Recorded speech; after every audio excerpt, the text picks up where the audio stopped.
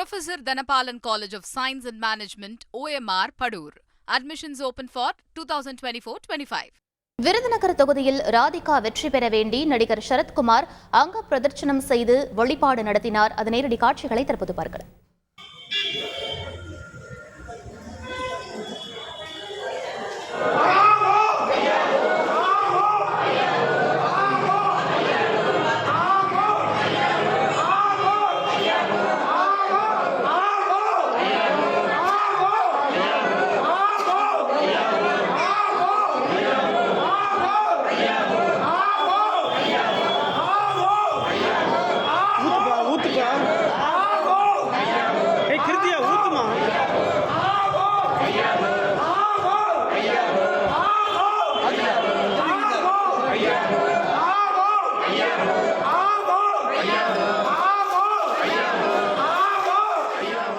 இது பற்றிய மேலும் விவரங்களை எமது செய்தியாளர் கருப்பசாமியிடம் கேட்டு பெறலாம். வணக்கம் கருப்பசாமி, உங்களுடைய தகவல் என பதிவு பண்ணுங்க.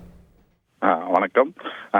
நடைபெற்று முடிந்த நாடாளுமன்ற தேர்தலில் விருதுநகர் நாடாளுமன்ற தொகுதியில் பாஜக சார்பில் பாத்தீங்க அப்படின்னா ராதிகா சரத்குமார் அவங்க போட்டியிட்டாங்க.